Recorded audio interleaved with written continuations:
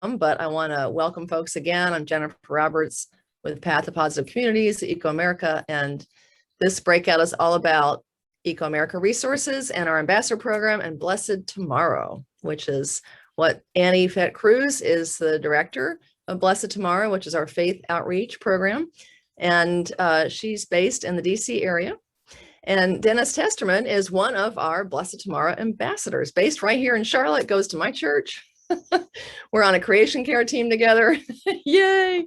And he's going to give you a perspective as being an ambassador and what it's like to work in a congregation. So I'm going to turn it over to them and I'm going to listen. And I just want to say thank you so much, Annie and Dennis, for joining us. We are recording this session. And so folks who are in another breakout and want to hear about it are going to be able to hear this. So thank you again, and turn it over to you, Annie. Great. Yeah, I'm just going to go ahead and share my screen here. I do have some slides I want to walk through it, but it's a small group, so we want to make sure we can keep it, casual and that everyone can kind of get a sense of, excuse me, what we're talking about today. Are you all seeing the main presentation slides right now? Are you seeing my notes? We're seeing your notes. You are? Okay, here we go. Swap over. It just means I've got two screens today, guys, so I'm going to be looking over here. You'll see the slide share here. And I also want to, thanks. Also want to caveat, if you can't tell, I'm recovering from a cold that my toddler brought home from daycare. So not COVID, but my voice might crack and I might cough here and there. So bear with me, everyone. But we're just so grateful really to have you joining us today. And just want to say thank you for your commitment to this work. And I know you guys have been participating in the conference all week. And, this is so important. This is such an important issue. And I just really want to say thank you for all of your passion and commitment. And I'm sure Dennis's appreciation as well. So as I know we've talked about, I think Jennifer mentioned maybe even a little bit earlier in the conference, Blessed Tomorrow is the faith engagement program of Eco America. And Eco America is an organization that's working nationally to promote public support and political resolve, really for climate solutions. So to get climate solutions adopted nationwide. And we do that by working with specific trusted sectors of civil society.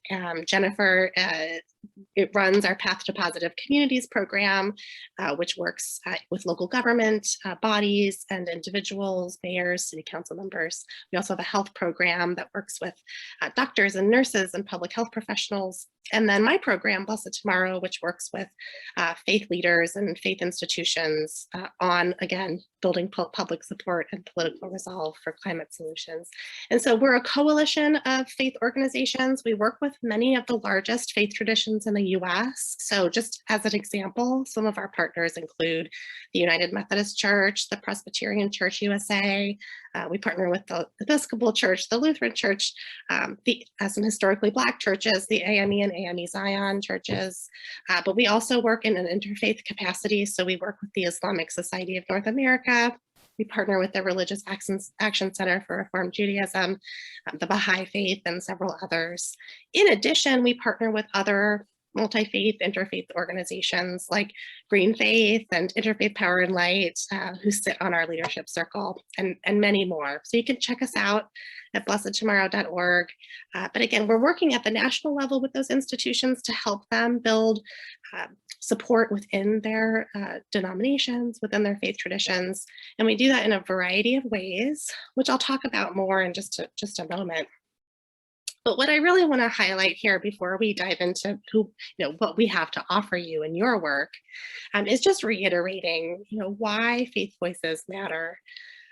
We have, as individuals of faith, as faith leaders, perhaps some of you are clergy or lay leaders in your own congregations, we have important influence. And again, I'm sure Jennifer talked a little bit more about this, but we have reach. We are literally in every community in the country. I often talk about, imagine your trip to the grocery store, or perhaps your current or pre-COVID commute to work and how many houses of worship you're passing. You know, there are hundreds or thousands of individuals sitting in those pews every week. They are doctors and nurses and city council members themselves. And so we have a moral imperative to raise our voices. We're respected. Our voices are very respected by public officials. There's a level of trust there that exceeds, you know, other kind of public interest groups, even others within the environmental movement. I think that faith, individuals of faith and faith leaders offer a moral clarity for policymakers, really rooted in that moral imperative to care for creation and to act on climate. And we can be beyond partisan. And what I mean by that is, you know, I think that, yes, there are some who think of faith and creation care or climate and think, oh, they're not actually on our team. But that's not the case, right? We can come and talk about what our faith teaches us, what our moral imperative is, why we're called into this work, and it has nothing to do with partisan politics. And policymakers care deeply about that and appreciate that perspective. And we also come with a long view, right? We're not just talking about when we're talking to policymakers or even people in our community, you know, why we care about this and what we hope to see done.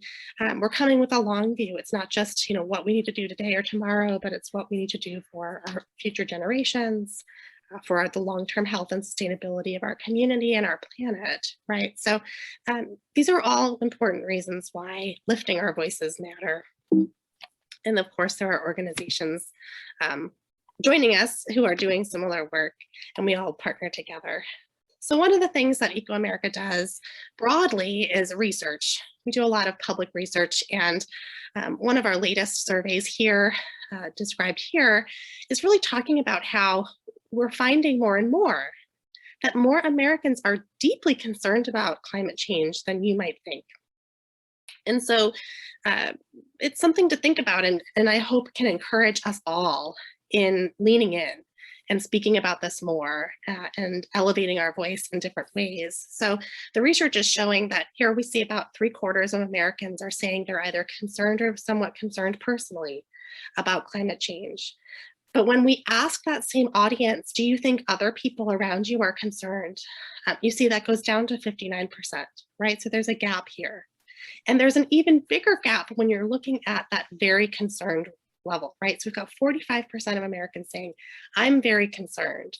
But when we ask, do you think others are very concerned? They say, oh, no, we think only 23% of Americans are very concerned. That's like a 22-point gap, right? So this might be an indication of why some people stay silent on this issue. But the data shows us time and time again that we have a false perception about what others think. And again, I just want to share this as hopefully more encouragement in your own work. Another point of research that we've done is recently is showing that a majority of Americans agree that we have a moral responsibility to provide a safe and healthy environment. So notice in the question we asked, it didn't specifically talk about climate change. But when you ask this kind of question, it's majorities across the board. It doesn't matter political affiliation. It's across the board from age categories. It's across the board in gender categories. And so this is another reason why the faith perspective is so important, right? Because it's really rooted in that moral imperative to act. So what can we do, right? And so Blessed Tomorrow really talks about a spectrum of engagement, a spectrum of advocacy, what you can do as an individual and where you might find yourself now and where you might want to try to lean into more and more over time. And I'll talk more about some of the programs we do to help move people along this spectrum, right? So we talk about starting with your friends and family, your neighbors, making sure you're elevating your voice within your congregation, but not staying there, thinking about how you can elevate your voice with local leaders, with other congregations in your community, and then of course with policymakers. And we even talk about leaning into even more active advocacy through things like nonviolent civil disobedience for those for whom they feel called into that. So let me talk about some of the tools and resources that we have available at Blessed Tomorrow. So one of the things that I am most proud of is our Moving Forward guide. This is really comes from a faith perspective. It's unique in that way from other environmental organization engagement guides. We worked with a variety of different faith traditions to produce this. You can see some of the logos here on the slide. And it's really built around 3 structures of engagement. So thinking about stewardship, or what we might call mitigation, thinking about creating refuge, which might be preparation or adaptation, and then thinking about bearing witness, right? So that advocacy and engagement component. Within the guide, we have all kinds of guidance for congregations to think about how to start. And one of the things we've developed is this roadmap to clean energy by 2030. It's simply a concept. We know some people need to see a roadmap like this so they can see what the steps are, but in no way do we suggest an individual or a congregation needs to follow this exactly. In fact, you might be in your congregation or your home already at one step, but again, it's helpful for people, especially those for whom this is not a passion area or something that they currently see as a top priority, to really understand what this looks like and how it might be achieved. In the guide, we also, as I mentioned, we talk about this concept of creating refuge and how both our building, our facilities, but also our worship community can become a space of refuge, and really building on our experiences with disaster response. We know faith communities and faith organizations are often the first on the ground and the last to leave. There's a lot of experience here, and by helping individuals and congregational leaders think about preparing and adapting for climate change in the context of the existing work that they've probably already done around disaster response, it's a helpful framework, and that's in the guide as well. So in addition to the guide, we have all kinds of other resources. Some of them are these new immediately shareable 1 or 2 pagers. And these are intended, unlike the guide, which is intended for you or a green team or a clergy member or another leader to take and use to build the work of the congregation. These are actually intended to hand out to individuals, and they can be within the faith community or externally. And so they're all built around the concepts of what we need to know on a variety of different topics and what we can do on those same topics. And they're just meant to be kind of an intro and an invitation for individuals to join you in your work.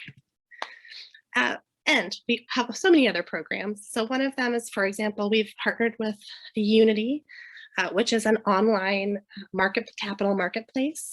And we've developed some tools specifically for congregations to help them find capital for sustainability projects. And in addition, the tool also helps those same communities find vetted contractors to do some of the work. So these are contractors who have experience working with faith communities. So we have someone joining. Here we go. We also have a tool, we put a partnership, I should say, with Arcadia Power. Some of you may be familiar with Arcadia, but they help us to help congregations go to 100% clean energy at the same or lower cost than their current energy providers. So we know that there are local programs available to folks, but just wanted to be able to provide our network of faith traditions and faith institutions with a tool that really anyone around the country could use if they were ready to do this. So it's both for individuals and for congregations, houses of worship. And of course, we've also developed a carbon offset program.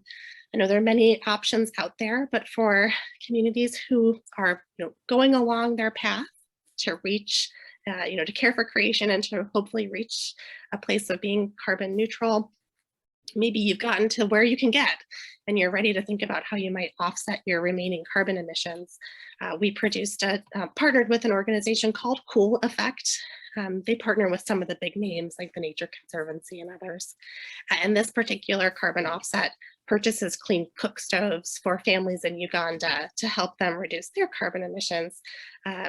and really primarily with some families and women who are primarily the individuals cooking in those families and communities. And of course, I'll end with this and then turn some time over to Dennis to talk about his experience. But our flagship program, our Blessed Tomorrow Ambassador program. And so we've designed this program to really help empower individuals to become these communicators within their own congregations, but then hopefully in their communities and beyond, to help us increase support for climate solutions and increase action.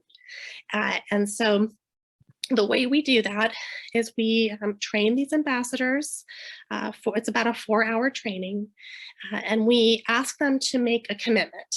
And so this is not a contract, it's just a commitment, but we ask them to do several things. So we ask them to give 2 to 3 peer talks a year. And that means, maybe a Bible study, or if they're a clergy person, they're offering a sermon, things like that. But then also to take 2 to 3 public actions, including advocacy actions. That can be through us, through national organizations, like if you're with the Presbyterian Church, maybe it's through the Office of Witness. And then also it could be things like sharing information on social media or writing your elected official. We publicly list our ambassadors online. We're in the process of developing that with some of our partners. And we ask our ambassadors to report back to us what they're doing, so that we can talk about it and share it with others and encourage others in their own work. And we also ask that ambassadors offer their services pro bono. This is a volunteer program, and it's not intended to be a fee-for-service program. The other thing I will tell you is that while we have a generic ambassador program, we actually customize it for all of our faith traditions. So for example, if you're a member of the Evangelical Lutheran Church in America, if you go to elca.org/environment, you'll see they have their own program that we've helped them build called the Creation Care Ambassadors Program. And so the curriculum, the tools, it's all co-branded, and it's rooted in Lutheran theology and the Lutheran Church's support services for individuals who are working on creation care. And we do that across the different faith traditions as well. So we provide a resource hub for our ambassadors to get a whole host of tools and materials, including sample presentation decks that they can use in presentations. We're about to launch an online community through the platform Mobilize, if some of you have used that before, but it's a place where ambassadors can connect with each other. And because we offer the ambassador program, not just in our faith program, but in our health program and our communities program, it's also a place where those ambassadors can talk to each other. So if in Charlotte, there are faith ambassadors like Dennis, there are maybe health ambassadors that have been trained by us and someone from a local community, the local community program, we would like for them to be able to connect and work with each other, right? And we have reporting bonuses. So if you become an ambassador, and these are just some, and we're developing more, but you get free and discounted admission to all of our events. We work to share your work through our blog, through our newsletter, and we can promote your own events as you schedule them. And we encourage folks to become guest speakers, either on our national webcast that happens every Thursday at 2 p.m. Or at our big events like our annual summit, which brings together over 1,000 people from around the country. So it's a great platform. So let me just quickly talk a little bit about the curriculum. It's built around a concept of, again, equipping individuals to communicate, right? And so it's this ABCs of communication, so audience before content. And we talk about how, especially again with audience for whom this is not a passion area or an area of priority, but where they have some interest and they want to learn more, how can we connect with people where they are and their own interests on common values? And then how do we inspire and empower them? So providing some education about what's happening and why our faiths call us into action, but immediately inspiring them and empowering them with what to do. And then we always encourage folks to strengthen their message. So to learn over time what's working, and especially in any written or recorded content, that there are specific ways that you can strengthen your message. Very typical communications training, but focused on the topic of climate change and faith, and really rooted in these common moral values. And then we encourage folks, what they can do, right? So we talk about what you can do as an ambassador with your friends, families, and neighbors, and provide a whole host of different examples, storytelling from current ambassadors about what they're doing, but also resources on our resource hub for how to do this work in your congregation, not just the Moving Forward Guide. We've got all kinds of other resources, but we're empowering ambassadors to talk within their own congregation or even their professional, their workplace, if that's something that they're comfortable doing. And then of course in their community. So not just within your congregation or within your family, but thinking about how you can bridge that and become even broader with your communication strategies, especially bringing in other faith communities, but then thinking about how you might elevate that and join together with local leaders like Jennifer talked about this morning.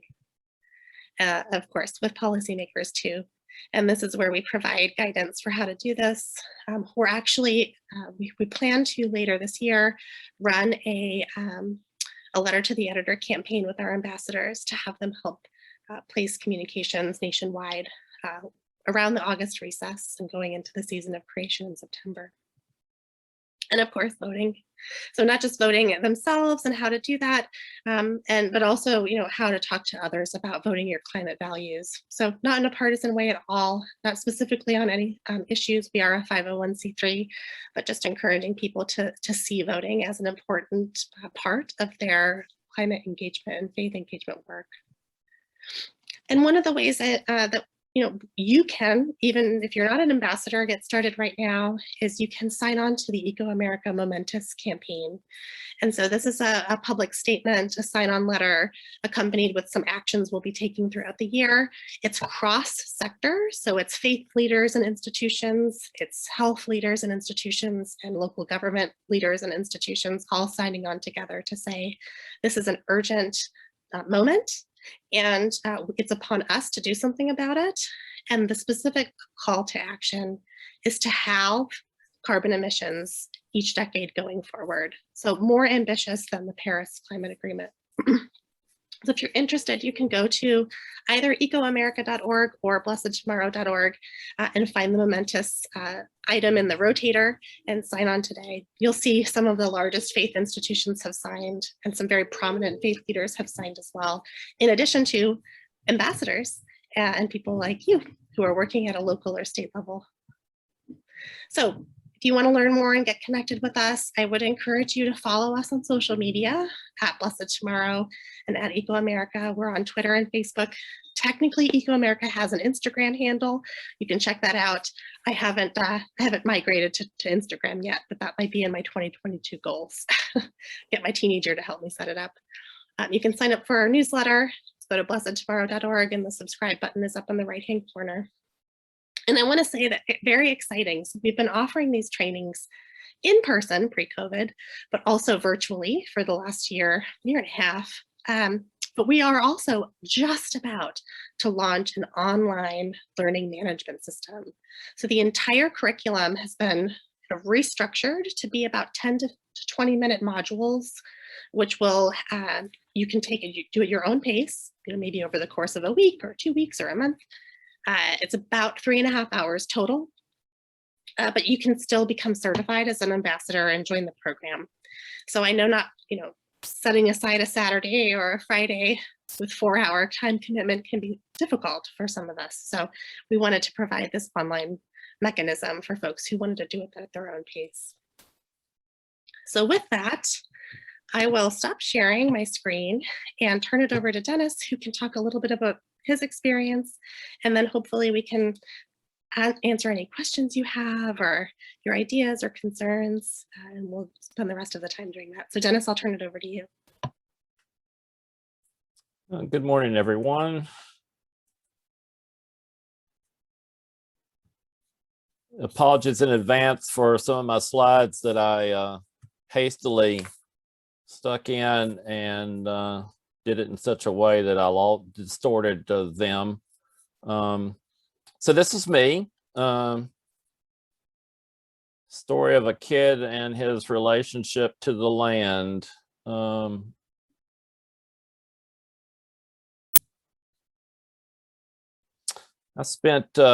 came to this intersection of science and faith, honestly, by both nature and nurture. I've actually got those of you that are keeping up with the latest brain science and know about the trait for high sensitivity, know the genetic basis for that. In terms of nurture, and I'll say more about that along the way, but having been nurtured, I in turn have spent quite a bit of time nurturing others. One of the hats that I wear is that of a certified environmental educator in North Carolina. I taught toddlers at my church in Charlotte for 2.5 decades. This happens to be a shot of two of the toddlers in my classroom playing with the Fisher-Price farm set. And you'll find out shortly my own pathway to all things farming came a different way in some ways. Working with older students, I spent nearly 3 decades working for a local soil and water conservation district in Cabarrus County. The four students doing the heavy lifting are members of an envirothon team of high school students that I worked with.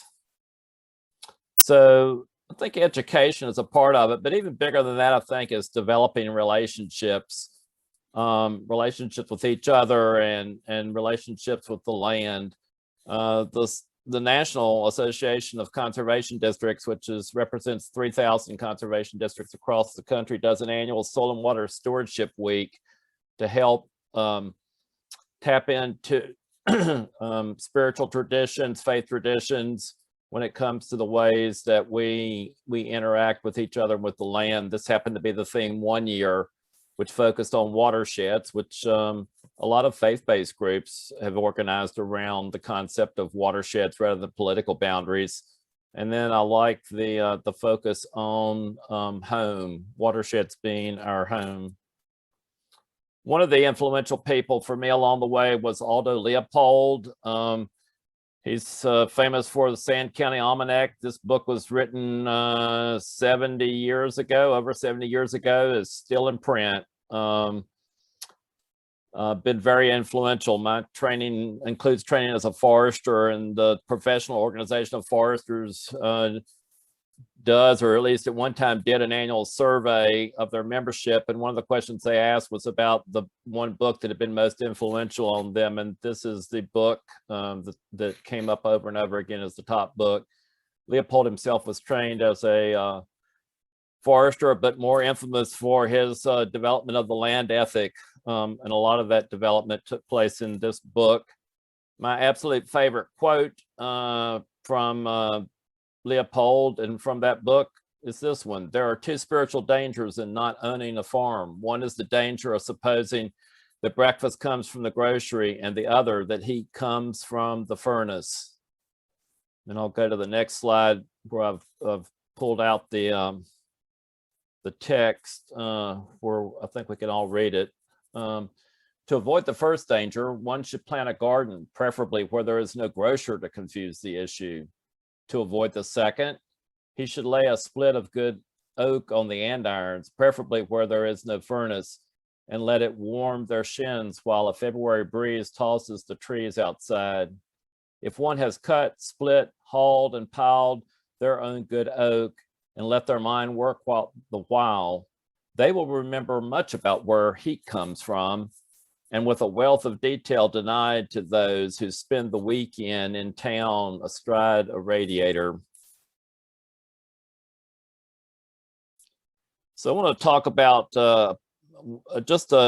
my own experience with place, and hopefully that translates into how each of us can be effective in our relationships with one another and with politicians and finding some common ground on addressing the existential threat of a changing climate. This is Gertie Bell McEwen Wright, my maternal grandmother, who moved to our family farm as a young bride in her, I think, early 20s, died on the farm at age 94. So she spent 70 years on the farm. Probably could count on my two hands the number of nights she slept in a bed other than her own. She didn't have the word retire or vacation in her vocabulary because she was living in one of the most beautiful places on God's green earth, doing things that she loved doing. I know from working in environmental education, we often talk about the components of wildlife habitat. And for those of you that have been involved in certifying wildlife habitat at places of faith or your home, you would know these as well. One of those is food. This photo also serves to illustrate that. Water. This is my same grandmother at a spring house that provided water for her one of her brothers in the next valley over, which is the valley that my grandmother grew up in. Shelter and places to nurture your young. So this is a circa 1909 farmhouse where my mother and her 6 siblings were all born and nurtured. And out back from right to left next to the farmhouse is the woodshed. Going back to that aspect of Leopold's quote, and then a smokehouse on top of a cellar. So that is how food got stored. And then you see the backdrop. So behind the house, you see woods. That is a stand of old growth forest that's been recognized by the state of Tennessee as a significant natural heritage area. It's dominated by white pine and hemlock. Do a little cursor action here. That is a white pine, and that's a white pine. And somewhere in there, though, I don't think, probably right over in here, there's a clump of hemlocks on that little knoll there. And so one of those is probably a hemlock, but a very diverse, what scientists call a mixed mesophytic forest type, and one that is believed to be a remnant of a forest type that doesn't exist in Tennessee anymore. A little bit of another sense of space. This nuclear farm was about 165 acres, which I think is fairly typical for Appalachian mountain farms. Looking off in the distance at Holston Mountain, which you've got to cross to get to the city of Bristol, which my family did with excess food stocks to sell to city folks, particularly at the holidays, so they could get enough cash to pay taxes and buy some things they couldn't raise, like coffee and sugar. This was largely a subsistence farm. The first cash crop was probably tobacco back in the 60s, but up to that, it had been largely a subsistence farm, just meeting the needs basically of the family. A lot of history here. As I said, I didn't think I said, but this farm's been in our family since 1789. And before that, it was the land of the Cherokee Indians. I'm going to point out this little guy on the front row, probably about 5 years old, meaning this photo was taken around 1900.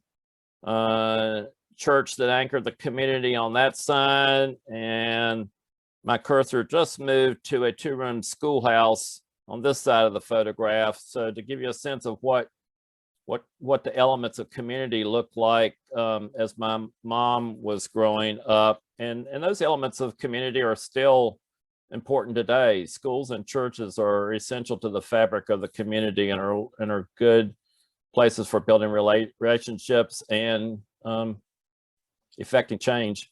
That little guy that I pointed out went on to be to Cornell, got a PhD in sociology, and then chaired the sociology department at University of Tennessee, Knoxville.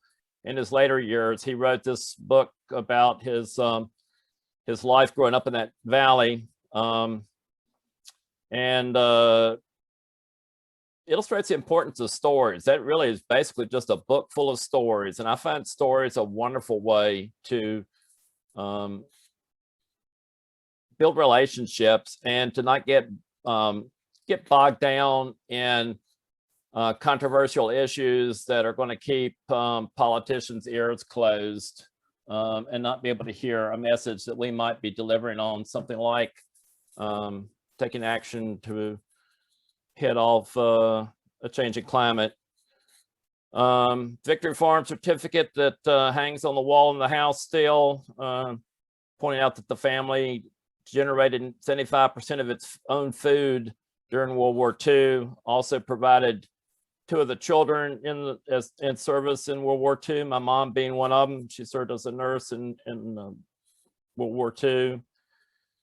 Some of the things that get lost along the way in terms of biodiversity, thinking about biodiversity is huge for our food production system now. One of the problems that we're facing with agriculture and its impact in terms of a changing climate is that it's so monocultural focused. Back in the day, before you had red delicious apples in the grocery stores in the South, there were hundreds and hundreds of apples. This is what I call the Bible of Southern heirloom apples, written by the late Lee Calhoun, who lived in Chatham County in his last several decades of his life, and was a person that I turned to in restoring the heirloom apple orchard on our farm. So that cellar and that woodshed are important for times like this. This is the scene that greeted me when I pulled up at the house for Thanksgiving about 5 years ago. So not a lot growing in the garden at that time, really nothing. So all that food got put up one way or the other and stored in the cellar or the smokehouse so that folks had stuff to eat during the cold months. So those of you that were with us yesterday, I did the land acknowledgement. This is a resource that I just wanted to mention in terms of, again, building relationships and giving voice, centering voices that are important as we learn more and more about how to better steward our planet. This is a resource developed by the National Museum of the American Indian in Washington, a resource on American Indian perspectives on Thanksgiving that goes beyond that quaint little story that we hear at Thanksgiving with the pilgrims and all those little centerpieces that some of us put on our tables.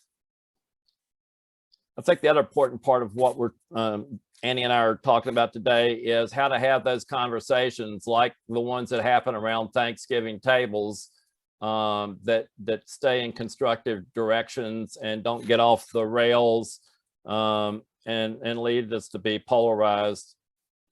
I'm turning to John Muir to make the point that we need beauty as well as bread. So this good earth provides both bounty and beauty, which are all essential for us. So going back to those basic needs for food, water, shelter, and space, but also some higher needs as well, so that our body and our soul is nurtured as well as our body. This is a few shots from the interior of the forest. This is shining club moss in the foreground. My grandmother had a little collection of that in a pot that stayed on the dining room table in the house. That is a plant known as doll's eye. I think you can kind of figure out, even with a little bit blurred photo, how it comes up with that name. This is a fall shot of the farmstead with jewelweed and Joe Pye weed and ironweed all blooming along the creek. All that beauty influences things like crafts and not just crafts, but this is a quilt that my late aunt made. It's a pansy pattern, I think is the pattern on this quilt, but using natural objects. Pansies are in the violet family. There are a number of violets that grow in the woods on the farm. And so these became influential. Back in the day, the dyes from the plants would have been used to color the fabrics that folks wore as well. A little bit more towards the science side of trying to mitigate climate change and focus on resiliency and mitigation. Leopold had another quote that I like. The first rule of intelligent tinkering is to save all the parts. And so the Nature Conservancy has recognized the value of the natural systems in this Cove Valley, which is the highest Cove Valley in Tennessee. The floor elevation's around, I think, 3,000 feet. So it's got that northern vegetation like the pines and the hemlocks that I described, but also cranberries. There are relic cranberry bogs in this valley. So over time, they have gone in and acquired tracts of land. They've got over, I think, probably 1,000 acres or so now that they are working on doing restoration on. This is just a list of some of the projects that they have been working on. And as an example, this is an old dairy farm in the floor of the valley. People went in and built drainage ditches back in the almost 100 years ago. The Nature Conservancy has been able to acquire some of these lands, plug the drainage ditches, and restore the hydrology. The Bristol Bird Club loves birding in this area because it's just a magnet for birds. The endangered bog turtle lives in this valley. Dennis? The land was... Sorry, I'm going to play moderator here for a minute and just look at our time. Your slides are beautiful and amazing and connecting us to nature. I wanted to let folks know we have about 10 minutes left. And so I don't know if anyone had questions. We can either have questions from the chat. You all can unmute and ask a question, or there's just the chat. There's not a Q&A function on this Zoom. So I didn't want to totally end your slides, Dennis, but I do want to recognize that we are on time limits, unfortunately. Watching your slides makes me want to go take a walk in the country. We'd all rather be there, I'm sure. So, good call, Madam Moderator. There you go. So everybody's back together, and Annie's with us again. And want to know if anybody has questions about the ambassador program, about a creation care team at your congregation, or anything. Just unmute and jump in. Nancy agrees it's important to tell your personal story. And Dennis, you did a great job of your personal story. Absolutely. And congratulations, Nancy. I noticed that you've just been named the, what was it again? Something for the church. Creation Care Coordinator for Mecklenburg County. Congrats. Thank you. We just moved here a year ago. I did this in the North Carolina conference, which is, you know, the East Coast to Raleigh. So I'm just learning my way around. But thank you. I appreciate it. Good to have you in Mecklenburg County. I have a question, Jennifer. This is Andrea. Hey, Andrea. Hi. Wonderful presentation, but I have a list of questions, but let me see if I can narrow it down to maybe two. On the national level, Dennis, you are the environmentalist. Is that your role, pretty much? You're an environmentalist. What is it that what is the United States doing regarding care for our climate and that kind of? I hear these things on TV, I hear them on the news, but trying to figure out what is really going on, I have no clue. I think I've learned a lot from Dennis's presentation through the pictures. I'm a picture person. So help me to understand, where are we on the national level, on the state level, and then Charlotte, Mecklenburg, with caring for the climate, doing all these preventions that you are mentioning through this gathering. What on those three levels, what are we doing? I'll just say two things quickly, and then Annie and maybe even Jennifer might want to chime in. But I am, my training is both as a minister, clergy person, and as a conservationist. So I've worked in the public service space a lot. I think in terms of the Biden administration and climate change, I was trying to focus on the agricultural area because it's such a big piece, but agriculture is a big contributor to atmosphere. And so focusing towards what's being commonly called now regenerative agriculture, trying to find a better way to raise our food with less bad impacts when it comes to climate and to our health. Two of the things that I focused on, or well, just one I'll focus on. I spent the last 10 years working on writing grants to get federal and state dollars for farmland preservation so that we could put conservation easements on farms in the greater Charlotte area where housing really is the #1 crop. Our farms are being converted for housing, you know, in churches and schools and other developments, and protecting that land is critical. So a conservation easement, if you pay for the development rights, farmer still owns the land, can still farm the land, but the development rights have been extinguished. So it'll always be farmland, and there'll be a local place to obtain food. That's just one small act. And, you know, on the political side, it takes people writing, calling, meeting with their legislators to get those kind of policies enacted. And you can multiply that in the areas of water and all these other natural resources that need to be managed better, because we are part of the environment. We're not separate from it. We've got to figure out ways to live with it in better relationship. Annie? So let me jump in about North Carolina, then I'll let Annie do national. And Andrea, I really appreciate your question, because that is exactly what our ambassador training wants to help people do, is connect the dots to figure out what is going on nationally, statewide, and locally. So I'm going to do local and state, and then let Annie talk about national. But we do have a big turnaround nationally. So our state, first of all, locally, Charlotte has signed a clean energy plan, and we are a group of climate activists and leaders are trying to help keep their feet to the fire. One of the things that we have helped them do is not buy any more diesel buses, because diesel is a greenhouse gas.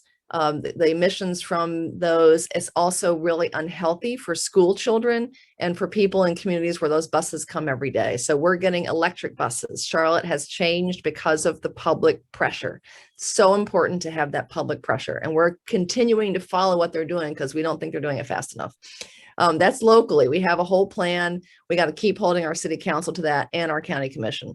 Statewide, Governor Cooper issued an executive order that is going to have 80,000 electric vehicles on the road within 5 years. Going to have a lot of ambitious action.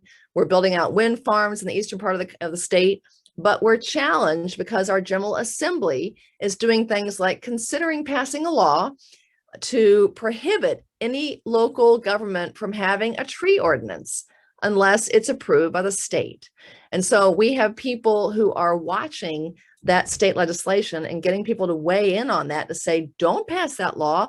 We have a tree ordinance in Charlotte, and it helps protect the trees we have. It keeps developers from clear cutting. It also provides buffers to our water by having setback requirements for tree cover, because we know that trees provide oxygen, filter the water, and help reduce climate change. So these are some of the things that are going on. We need faith voices. And for those of you who aren't in Charlotte, Friendship Missionary is a great institution. It's a wonderful church in our community. A lot of impact from the people who are in that congregation, and just from what Friendship has done in its outreach. And we really appreciate all that you're doing there. We would be happy to do a climate training for leaders at Friendship Missionary Baptist. So, keep that in mind. I would love to be part of that. I'm helping Clean Air Carolina continue our ambassador program. We would tailor that to individual groups that want to really focus on what is happening and what you can do to help more. So now I'm going to turn over to Annie to talk about what the Biden administration is doing on the federal level. Yeah, and I would just say, so we could talk for another hour about all of this, right? And so I know part of the summit, there was content in the summit, and I don't know if there are ways to rewatch some of that content, Jennifer, but there's also a variety of other places where you can go and learn. And I just want to commend to you the American Climate Leadership Summit that the Eco America team just put on at the end of April. All of the sessions that talk about, it's 3 days worth of content, but it's all up on the Eco America YouTube channel. And so you can hear directly from some of the legislators in Congress who are leading some of this work, folks from the Biden administration talking about what they're doing, folks from other national level engagement efforts, whether it's specific faith engagement efforts that are going on, corporate efforts, et cetera. So if you want to dive in real deep, I would just encourage you to go to the Eco America YouTube channel. So yes, we know that the Biden administration, it's really been a 180 here from the previous administration to now in terms of their commitment to caring for creation and really implementing climate solutions at all levels, right? So if you look at the Biden infrastructure plan that's been proposed, addressing climate change is at the core of all of the different policies that they're talking about, from building roads and bridges to thinking about how to incentivize climate solutions at the state or local level or in the corporate sector. But I want to encourage you to not just think about national as, what is the president and the White House doing? While we know that this is unfortunately a partisan issue, it should not be, it need not be, it is not, but it has become one in terms of the kinds of language that we hear different parties use around this topic. There are two bipartisan climate caucuses with members of both parties, both in the House and the Senate, who are meeting to talk about, potential ways to address this issue. Jennifer works with folks in Southwest Florida and Congress people in Southwest Florida who are Republican, but understand because their own communities are being impacted by climate change. And I think, again, people of faith really can play a role in helping to go to members of a party who may not be particularly supporting the issue of climate change and really encouraging them to think about it from a different perspective, not just from an environmental perspective, which of course we come with, but that we are being called into this as people of faith from a moral perspective. And again, at the national level, so it's not just government, right? So we have corporate industry who are leading on this issue, in the Trump administration when there wasn't quite as much federal support from the government. We saw cities and states make commitments in the absence of federal leadership, but also faith communities, right? So we have seen, and just in the last 10 years, most of the large faith traditions in the US, not all of them, but many of the faith traditions in the US issue public statements committing their denomination to action on climate change. In fact, Disciples of Christ, for example, passed a resolution at their General Assembly several years ago committing to go carbon neutral by 2030 and carbon positive, meaning taking carbon out of the atmosphere by 2035. And that's been replicated in the United Church of Christ. The United Methodist Church just a month ago passed issued a resolution that all of the agencies of the United Methodist Church are going to be zero carbon free. I think by 2050 was their goal. So faith traditions are making these commitments as well. It's not just the government. And I think that should be encouraging to us. This is financial industry, the military. My husband works in the banking sector and all financial institutions are listing us as the top risk, right? So it's really becoming more and more accepted.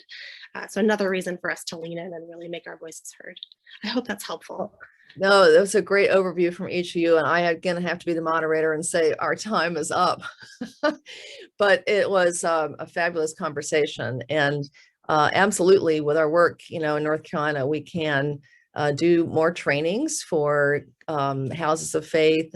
Dennis is trained as an ambassador, and we are doing ambassador programs from a community's perspective, which means we have faith leaders, health leaders, and civic leaders who are invited to come to those. So we are happy to continue to help connect those dots, because the other big thing is that climate justice is a big challenge. And the Biden administration made that a focus as well, because Black and brown communities suffer the most from pollution, and we need to stop that. So that's the end of our time. Thank you all for joining. The conference will continue. If you go back into the Whova app, we're going to have learnings from the breakout sessions and a wrap up and some resources and some next steps for ways you can continue to learn about climate solutions, how they help you, and to continue to collaborate and go forward. So thank you both to Annie with your cold. We really appreciate you. Thank you to Dennis for the work you're doing here in Charlotte and North Carolina. And we'll see you all back in the main session.